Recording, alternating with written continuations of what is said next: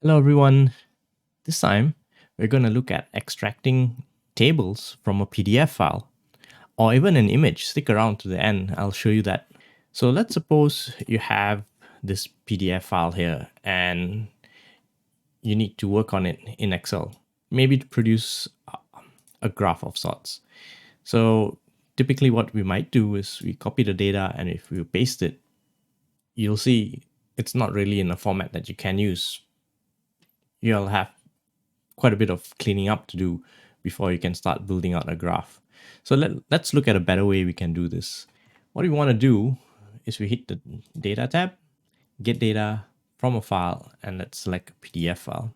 From here, we'll select the PDF file, and Excel will go ahead and analyze the file. And once it's done analyzing, you'll get options on the various tables that it has detected within the file.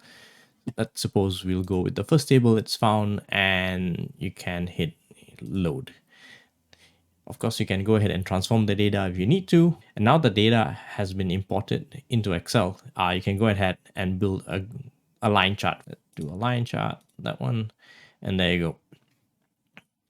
So we looked at extracting tables from PDF files, but what if it's an image?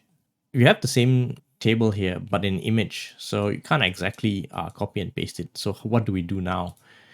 There is a function within Excel in the same data tab where I can choose from picture. And let's hit to the image file that we had just now.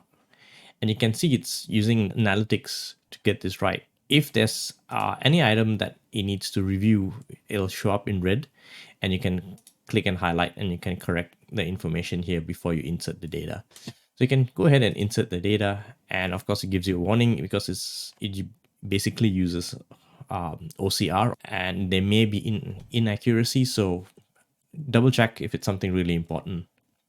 And same thing here, we can work on it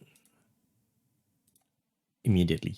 So there you go. There's two ways to extract information from a PDF file, and the other way is from an image.